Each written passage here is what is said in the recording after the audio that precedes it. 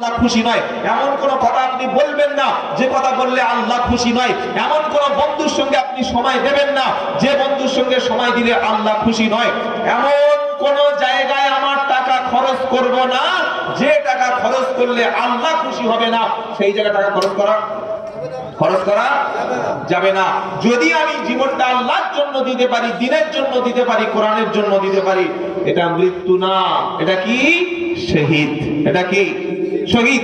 আর আল্লাহ শহীদকে মৃত বলতে মানা করেছে। পারা নাম্বার 2 পৃষ্ঠা নাম্বার 2 লাইন নাম্বার 13 সূরা নাম বাকারা। আল্লাহ কি বলছেন? ওয়ালা তাকুলু লিমান ইকতালু ফি সাবিলিল্লাহি আমওয়াত বাল আহইয়াউ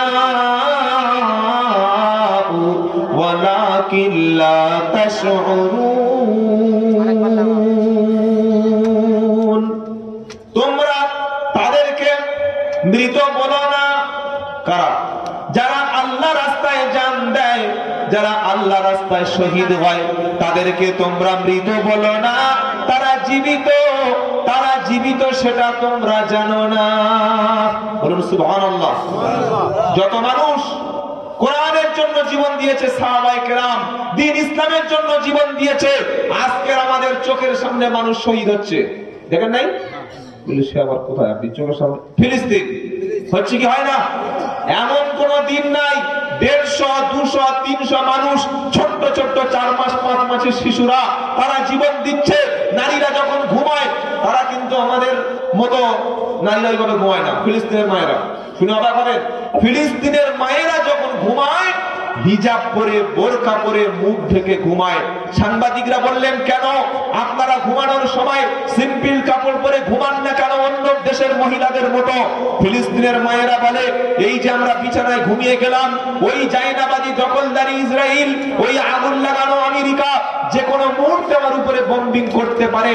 আর আমি যদি আমার বিছানায় মৃত্যু হয়ে যায়, যদি আমার উপরে দেয়ালটা চাপা পড়ে মারা যায়, ছাদ যদি উপর থেকে ভেঙে মারা যায়, সকালবেলা আমার লাশটা যখন বার করবে, আমার সদর, আমার শরীরের অন্য অঙ্গ প্রত্যঙ্গ পরপুরুষ দেখবে, পরনারী দেখবে, আমি আল্লাহর কাছে পাপী হয়ে যাব।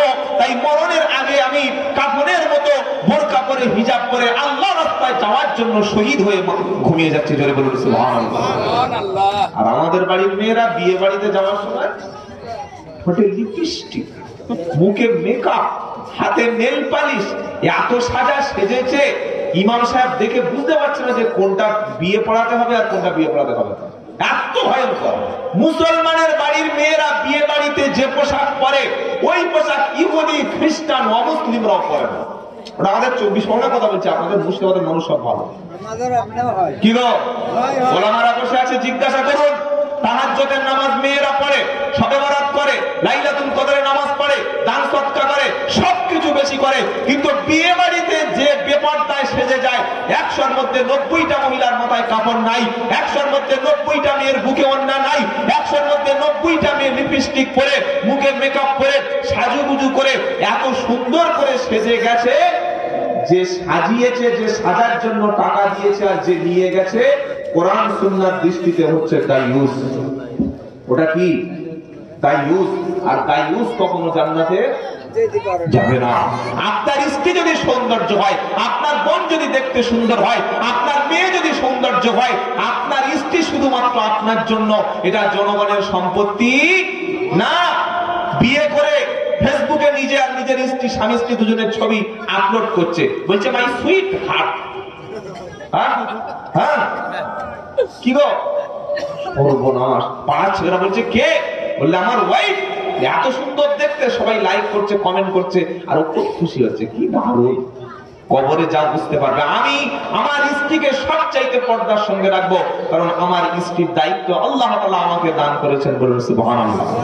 শহীদ তাহলে কাদের বলে? আল্লাহ রাস্তায় যারা জীবন দেয় তারা হলো শহীদ। আল্লাহ বলল শহীদরা মরে না, এমনকি শহীদদের মরণের পরে আল্লাহ তাদের রুজি দান করে। জোরে বলুন। বলে এটা আমার কোথায় পাওয়া গেল? পারা নাম্বার 4 পৃষ্ঠা নাম্বার 11 লাইন নাম্বার 8 সূরার নাম আল ইমরান। ওয়ালা তাহসাবান্নাল্লাযীনা কুতিলু ফি সাবিলিল্লাহি আমওয়াতা বাল আহয়াউন ইনদা রাব্বিহিম ইরযাকুন।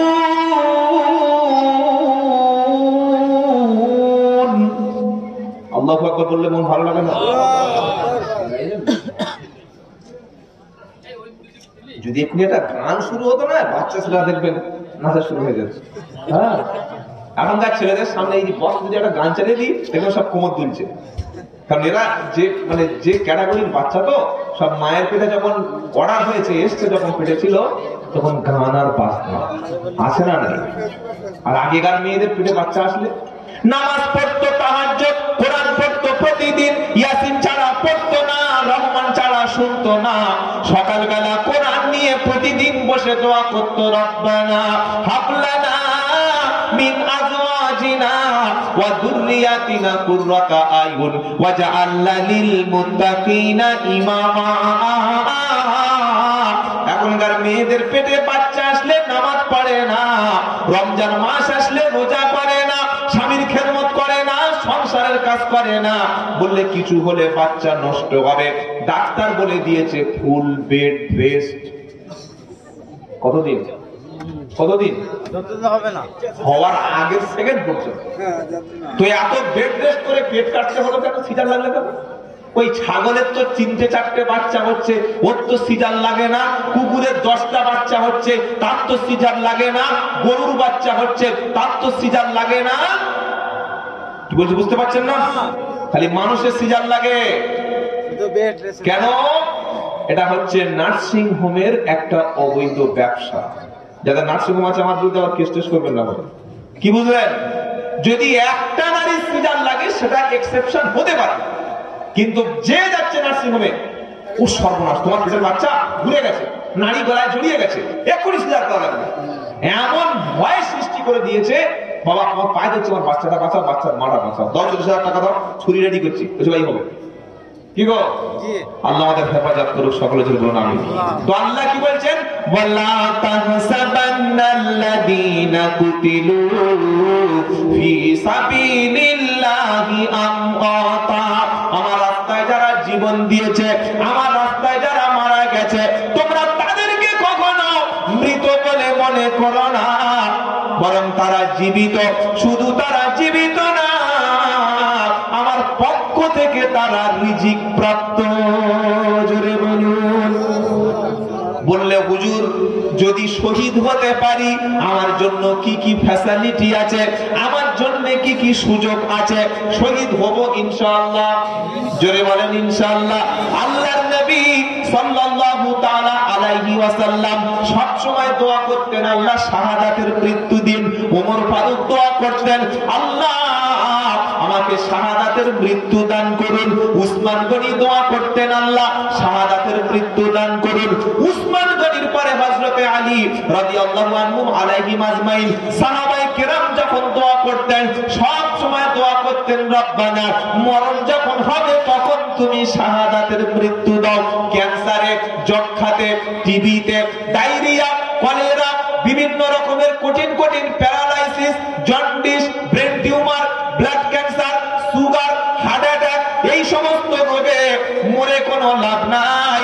যদি মরণটা দাও, আল্লাহর কাছে দোয়া করি, রব্বানা মরণের সময় শাহাদাতের মৃত্যু নসিব করবে।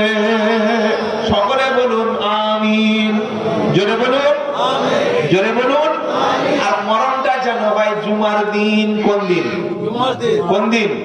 মদের যাবার সময় হলে কাটবে ঝাড়ের বাঁশ, দিনটি দিও জুমার খোদা, রমজানের দিও মাস। আমিন বলুন আমিন। মনে করছে কবিতা শোনা, সামান কি ভূত ধরেছে কবিতা শোনাবো? এটা দোয়া। কি গো, কত সুন্দর দোয়া। মদের যাবার সময় হলে কাটবে ঝাড়ের বাঁশ, দিনটি দিও জুমার খোদা, রমজানের দিও মাস। কাফনের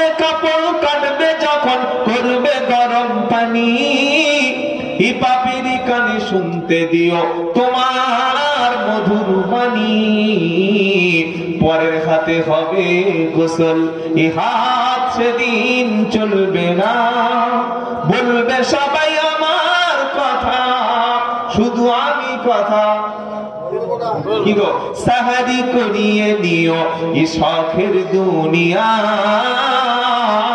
ইফতারি করতে দিও তোমার আরশের তলায়। সকলে বলি আমিন।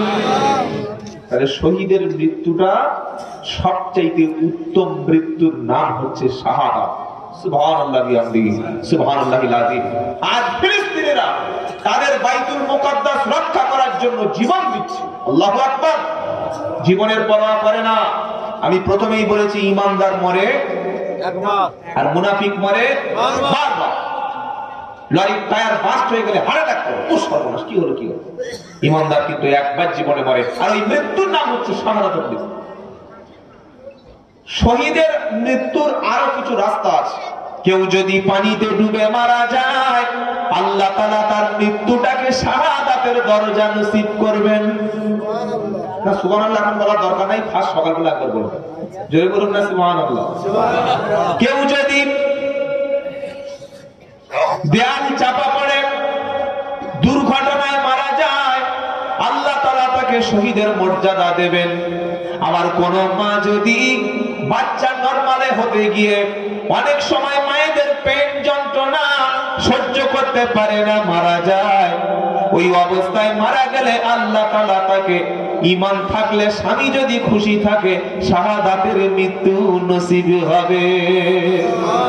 4 নম্বর হলো কোন ব্যক্তি যদি পেটের যন্ত্রণায়, অসহ্য পেটের যন্ত্রণায় যদি মারা যায়, ওর মৃত্যুটাকে আমার আল্লাহ তাআলা শাহাদাতের মৃত্যু হিসাবে নসিব করে নেবে। সুবহানাল্লাহ বিহামদিহি সুবহানাল্লাহ। এই শহীদের মৃত্যুর জন্য সবচাইতে বড় সৌভাগ্য শহীদরা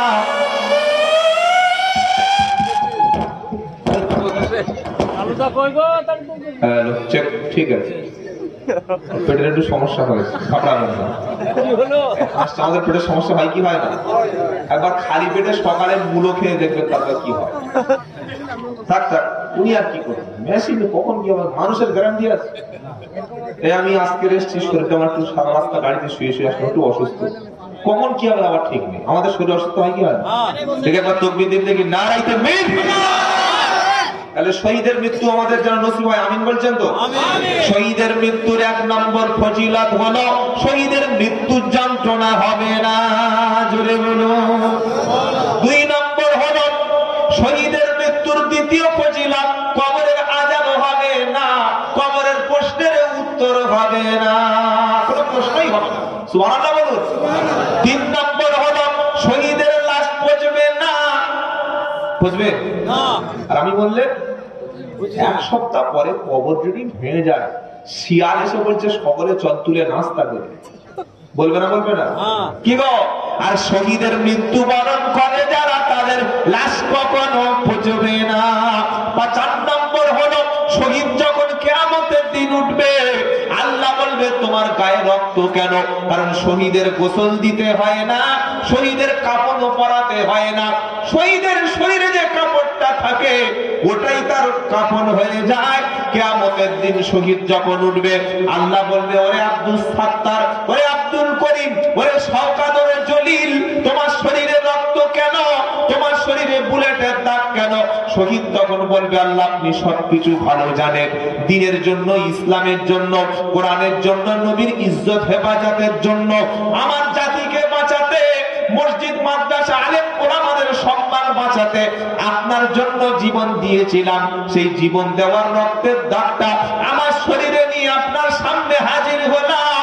আল্লাহ বলবে শহীদ রে, তোর কোনো হিসাব হবে না, বিনা হিসাবে তুই জান্নাতে চলে যা। জোরে বলুন না সুবহানাল্লাহ। আল্লাহ প্রত্যেক দিন দোয়া করুন আল্লাহ যেন আমাদের শাহাদাতের মৃত্যু নসিব করে, বলুন আমিন। আল্লাহ যদি হিসাব চায় দেওয়া যাবে না? দেওয়া যাবে না। কি হিসাব আছে আপনার? আপনি কি করেছেন বলুন, আপনি কি দেখাবেন আল্লাহর কাছে? কোনো কিছু আল্লাহর কাছে দেখা যাবে না। সেজন্য আল্লাহ যেন আমাদের শাহাদাতের মৃত্যু নসিব করে, সকলে বলুন আমিন। আর এই মরণটা সম্পূর্ণ আল্লাহর নির্দেশে হয়। কার নির্দেশে?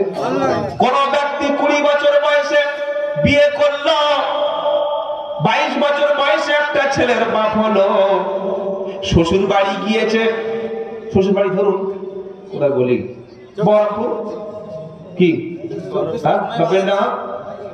বেলডাঙ্গা শ্বশুর বাড়ি কাছাকাছি, তাই তো? একটা ছেলে একটা মেয়ে আর স্ত্রী নিয়ে শ্বশুর বাড়ি গেছে। আসার সময় সবে রাস্তায় উঠেছে, খেয়াল করে নাই যে বড় একটা ট্রাক এসেছিল, মেরে দিল বাইকের পিছনে। ছেলে মেয়ে আর স্ত্রী দুজনে ছিটকে পড়লো রাস্তার পাশে। বাইকটা চলে গেল রাস্তার উপরে, লরিটাও ট্রাকটা চলে গেল পিছনের চাকা এসে পুরো বুকের উপরে উঠে গেল। 1.5 থেকে 2 মিনিটের মধ্যে জীবন বার হয়ে গেল। তখন পাড়ার সবাই বলছে বাচ্চা ছেলেটা অল্প বয়সে মারা গেল, অকাল মৃত্যু হয়ে গেল। শ্বশুর কার্যে কি সর্বনাশ করলাম, বাইক কেন দিলাম, কি বলে না? শাশুড়ি বলছে আল্লাহ তোমার বিচার নাই, সমাজ ছেড়ে দিয়ে আমার জামাইটা তুলে নিলে কেন, কি দোষ করেছিল? বলে আরে বলে কি বলে না? পাড়ার লোকেরা বলছে অকাল মৃত্যু, কম বয়সে মরে। এরকম কথা বলা যাবে? কোন মা যদি বলে যে আল্লাহ তোমার বিচার নাই, তুমি কি করলে আমার বাচ্চাটাই কম বয়সে তুলে নিলে, সেই 70 বছরের বুড়ো কসারা 20 বছর বিছানা পড়ে আছে, তুমি দেখতে বলে না আমার বাচ্চা দেখা বলে? এটা বললে ইমান চলে যাবে, ইমান থাকবে না। ওয়াকাল মৃত্যু বলতে কিছু নাই। ওয়ামা কানা লিনাফসিন আনতামুতা ইল্লা বিদুনিল্লাহি কিতাবাম মুআজ্জালা। চতুর্থ পারা সূরা আল ইমরানের 144-45 নম্বর আয়াতে ওয়ামা কানা লিনাফসিন আনতামুতা ইল্লা বিইذনিল্লাহি কিতাবাম মুআজ্জালা। আল্লাহ বলছেন শোনো, আমার নির্ধারিত সময় ছাড়া, আমার আদেশ ছাড়া, আমার অর্ডার ছাড়া পৃথিবীতে কোনো প্রাণী মরে না। আমি যতক্ষণ নির্দেশ দিই না ততক্ষণ পৃথিবীর কোনো প্রাণী। আমার নাম আব্দুল্লাহ জুবায়ের, আমার মৃত্যু যদি 2026 সালের জানুয়ারি 23 তারিখ রাত 10:15:20 লেখা থাকে, ওই সময় মঞ্চের উপরে বক্তব্য করলে মালাকুল মউত বলবে ঠিক আছে 12টা পর্যন্ত বসে থাকি। এখানে কি 1 মিনিট হাঁটবে না, 1 মিনিট চোখের পাতা ফেলতে দেবে না, কি হলো বলে হাঁটাটা কি? হ্যাঁ, আল্লাহ মরণের সময় ঠিক একটা অজুহাত দেখিয়ে, এই এমনি তো মরবে না, হঠাৎ বলতে ভালো লোক শুয়েছে এসব নামাজ পড়ে, বয়স বেশি না 45, সবে 2-4টে দাড়ি পেকেছে আর চুল সামনের দিকে কিছু পেকেছে, আর ঘোপ পাকেনি। কি বুঝলেন না? ঘোপ পাকলে এখন তো কালো কলপ করে দেয়, বোঝার উপায় নাই, ধোকাবাজ কি? হ্যাঁ, 55 বছর বয়স, নতুন মানে স্ত্রী মারা গেছে, ফের দেখি গোপ কালো করে দাড়ি চেঁচে আর মাথার চুল পুরো একদম সেই শাহরুখ খানের মতো কালো করে দিয়ে রাস্তায় গিয়ে ঘুরছে, রেজিনগর ওই বাস স্ট্যান্ডে গিয়ে চা খাচ্ছে। ও চাচা বয়স তো 55, বলে আমার চাচা বলছো? এখন চাচা বলো না, ভাই বলো। কেন বে? ঘোপ দেখতে পাচ্ছ না কালো, কুচকুচ হতা হ্যায়, আর মাথার চুলটা কালো, তাহলে ব্যাপারটা কি? বলছে ভালো মেয়ে আছে, আল্লাহ থেকে ভয় করো। 55 বছর বয়স, হাঁটু এখন মসজিদে ঢুকলে দেখি হাঁটু ভাই পেছাচ্ছে, কি হাঁটু নড়ছে, উজু করতে গিয়ে পানি হাত আরাম করছে, দেখি কোনো ঠিক নাই, কোনো বিয়ে করবে, চিন্তা করতে পারছেন? কি বললেন? তো যদি কোনো ব্যক্তির চুল দাড়ি পেকে যায়, সেই ব্যক্তি যদি কালো কলপ করে, সুপার ভ্যাসমল দিয়ে সেলুনে গিয়ে সুন্দর করে একদম কালো ফেন্সি করে আসে, আল্লাহ নবী সাল্লাল্লাহু আলাইহি ওয়াসাল্লাম বললেন জান্নাতে যাওয়া দূরের কথা, জান্নাতের সেন্ট, জান্নাতের পারফিউম, জান্নাতের খুশবু পাবে না, অথচ জান্নাতের খুশবুটা 500 বছর দূর থেকে পাওয়া যাবে। জোরে বলুন। এরকম আমাদের সমাজে আছে না নাই? এইটা আমি প্রথমে ধরতে পারি নাই ছোটবেলা, তারপরে হাদিস যখন পড়লাম, ও সর্বনাশ, এই মাল। কিছুদিন দেখি কালো, সপ্তাহখানেক পরে ভিতরে চুল উঠছে সাদা, আর বাইরেটা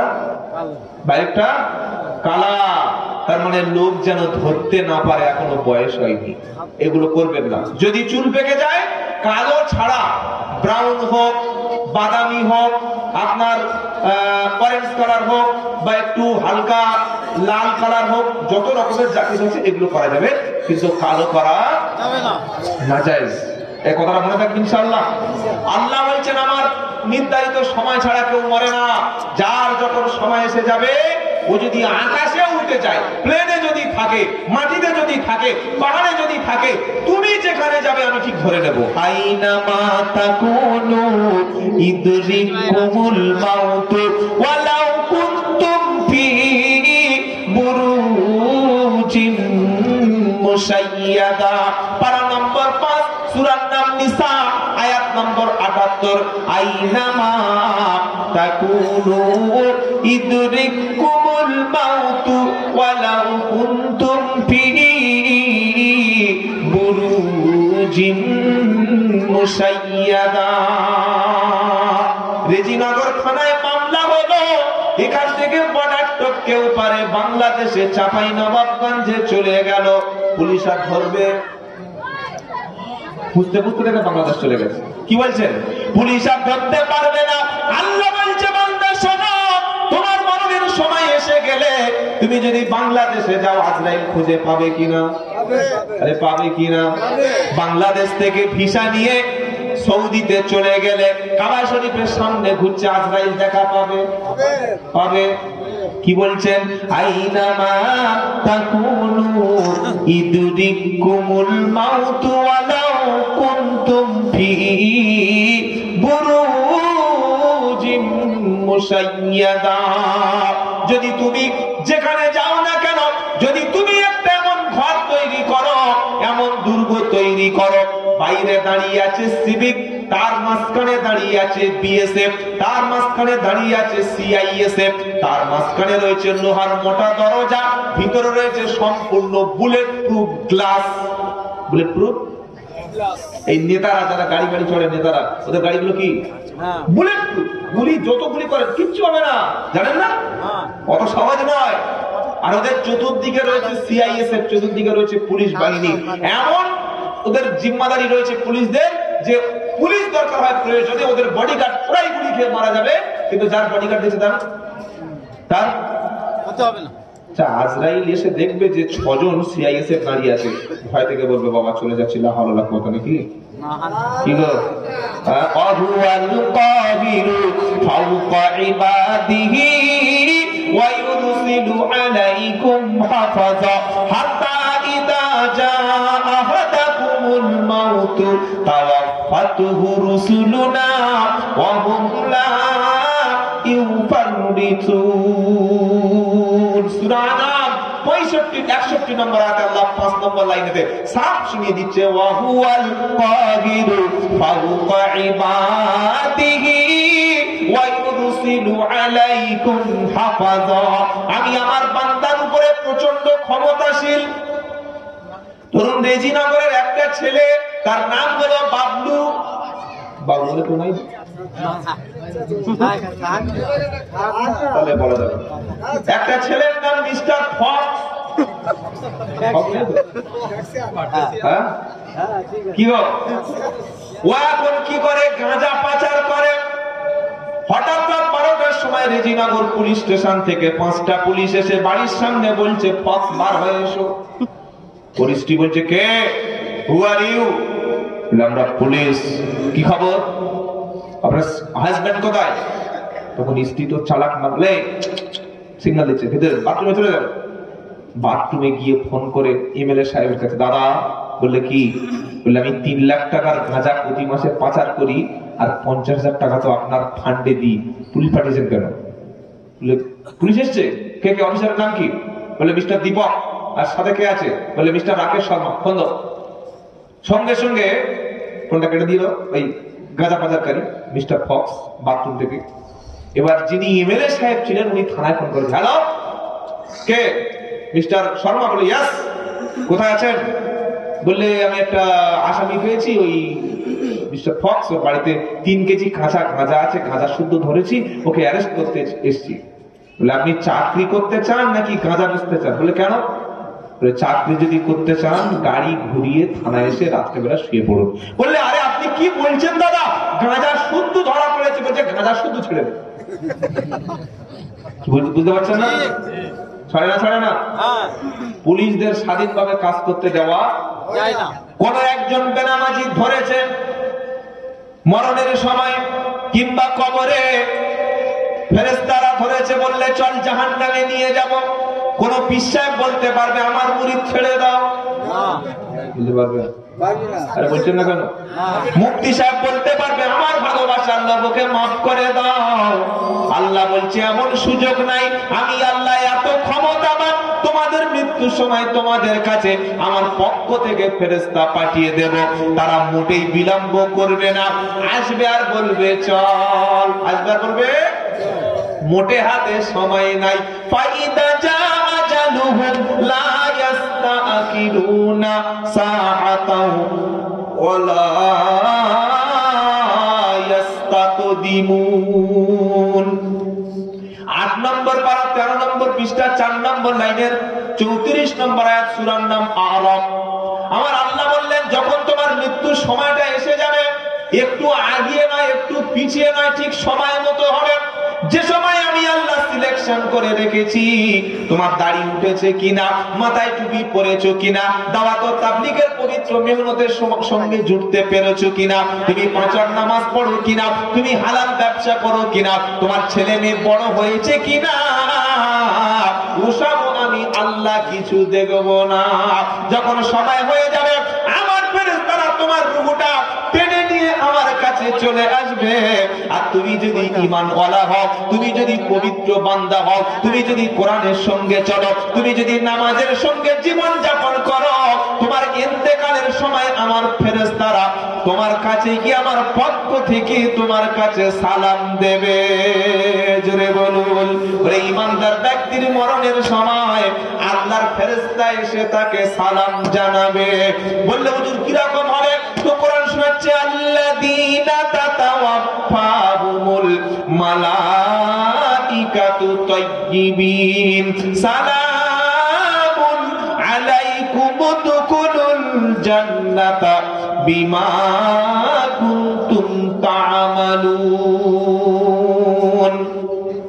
এটা 14 নম্বর পারা সূরা নাহলের 32 নম্বর আয়াতে আল্লাহ বলছেন যারা পাক এবং পবিত্র অবস্থায়, এখানে পবিত্র মানে ঈমান, পবিত্র মানে দ্বীন, পবিত্র মানে ইসলাম, পবিত্র মানে আল্লাহওয়ালা। আর মুসলমানের ছেলে দাঁড়িয়ে পেশাব করছে, কুকুর দেখছে আর হাসছে, বলছে তুই তো আমার ভাড়া ভাই। ঠিক। আমি যখন পেশাব করি, আচ্ছা আপনারা কুকুর পেশাব করেছে দেখেন? হ্যাঁ। কুকুর কোনদিন জমিনে পেশাব করে না, হয় খুঁটি, দেয়াল, গাছের পাশে, গাড়ির টায়ার, আর এই যে ফলের যেগুলো থাকে কি বলে গাদা, গাদা, আউল, ফলের গাদা, গাদা বলে আউল গাদা। ও ছাড়া কুকুর কিন্তু জমিনে পেশাব করে না। মুসলমানের ছানা 30 বছর বয়স, 3 ছেলের বাপ, শ্বশুর বাড়ি গিয়েছে, শ্বশুর বাড়িতে রাত 12টার সময় দেখছে সব শুয়ে আছে, উঠে বাঁশ বাগানে গিয়ে ঝাড়া দিচ্ছে। পানি বলে দরকার নাই। ওই রাতে যদি মারাতুল মউত আসে, আজরাইল চলে এসেছে, হঠাৎ দমের কষ্ট শুরু হয়ে গেছে, আপনি কিন্তু ধুইবেন নাকি? সুযোগ দেবে? ইস আল্লাহ, আস্তাগফিরুল্লাহ। তাই যুবকেরা পোশাক করে পানি নাও, পবিত্র হও, কোরআন পড়ো, দ্বীনের মধ্যে এসো, ইসলামের মধ্যে এসো, দাওয়াত ও তাবলীগের পবিত্র মেহনতের সঙ্গে জুড়ে যাও। মৃত্যুটা হবে ঈমানদারের মৃত্যু। সুবহানাল্লাহ। মুসলমান কোনদিন নাপাক থাকতে পারে না। মুসলমান কোনদিন নাপাক থাকে না। নাপাক থাকবেন কেন? পৃথিবীতে পানি আছে, পানি ব্যবহার না করতে পারলে তায়াম্মুম, মাটি আছে, পাথর আছে, ইট আছে, বালি আছে, সিমেন্ট আছে, নাপাক থাকবেন কেন? আপনি সেই ধর্ম পেয়েছেন যে ধর্ম আপনাকে সুন্দর পবিত্র হওয়া শিখিয়েছে। বলুন সুবহানাল্লাহ। পৃথিবীতে অন্য কোন ধর্ম চুল কাটার সিস্টেম শেখায় নাই। বগলের চুল, নাভির পশম, শরীরের নখ কাটা, গোপ ছোট করা, দাড়ি বড় করা, মোচ কাটা, এগুলো কোন ধর্ম শিখিয়েছে? ইসলাম ধর্ম শিখিয়েছে। বাবাজিরা, আল্লাহর ভাইরা, আর রাসূলকে পাঠানোর উদ্দেশ্যই হচ্ছে মানুষকে কোরআন শিক্ষা দেবে আর পবিত্র শিক্ষা দেবে। জোরে বলুন সুবহানাল্লাহ। হ্যাঁ, এই জন্য আল্লাহ রাসূলকে পৃথিবীতে পাঠিয়েছিলেন। পারা নাম্বার 1, পৃষ্ঠা নাম্বার 19, লাইন নাম্বার 5, আয়াত নাম্বার 129, সূরার নাম বাকারা। এই দোয়াটা ইব্রাহিম নবী করেছিলেন আমাদের মুহাম্মদ সাল্লাল্লাহু আলাইহি ওয়াসাল্লামের জন্য। কি দোয়া? রব্বানা ওয়াবআস ফীহিম রাসূলাম মিনহুম ইয়াতলু আলাইহিম আয়াতিকা ওয়া ইউআল্লিমুহুমুল কিতাবা ওয়াল হিকমাতা ওয়া ইউযাক্কিহিম ইন্নাকা আনতাল আজিজুল হাকীম। আল্লাহু আকবার। জাতির পিতা ইব্রাহিম দোয়া চাইছে, রব্বানা ওয়াবআস ফীহিম রাসূলাম মিনহুম। আয় আল্লাহ, নবী এবং রাসূলদের মধ্য থেকে তাদের কাছে, আমার সন্তানদের কাছে এমন একজনকে রাসূল করে পাঠাবে, ইয়াতুলু আলাইহিম আয়াতিকা, যিনি মানুষের কাছে আমার আয়াতগুলো তেলাওয়াত করে শোনাবে। জোরে বলুন সুবহানাল্লাহ। ওয়া ইউআল্লিমুহুমুল কিতাব, যিনি কিতাবের শিক্ষা দেবে, ওয়াল হিকমাতা, যিনি জ্ঞান বিজ্ঞানের শিক্ষা দেবে। আর রাসূলের দায়িত্ব 4 নম্বর, ওয়া ইউযাক্কিহিম, যিনি মানুষকে পরিষ্কার পরিচ্ছন্ন, পবিত্রতা, শিরক বিদআত থেকে, পাক নাপাক থেকে, জায়েজ নাজায়েজ থেকে, সুন্নাত বিদআত থেকে সরিয়ে মানুষকে পাক পবিত্র শিক্ষা দেবে। এমন একজন রাসূলকে আল্লাহ আমার সন্তানদের কাছে পাঠিয়ে দাও। দোয়া করলেন ইব্রাহিম আলাইহিস সালাম। দোয়াটা কবুল করেছেন কে? আল্লাহ। আরে বলছেন না কেন? আল্লাহ বলছে, শোনো, আমি দোয়া কবুল করে দিলাম, আর রাসূল যখন পাঠিয়েছি তোমাদের কাছে, ওই রাসূলের এই গুণটাও দিয়ে দিয়েছি। বলবেন না? বলে রাসূল পাঠিয়ে এরকম গুণ দিয়েছেন, এটা আপনি কি করে বুঝলেন? এবার সূরা জুমা খুলুন, একদম দ্বিতীয় আয়াতে 28 পারা। আল্লাহ বলছে,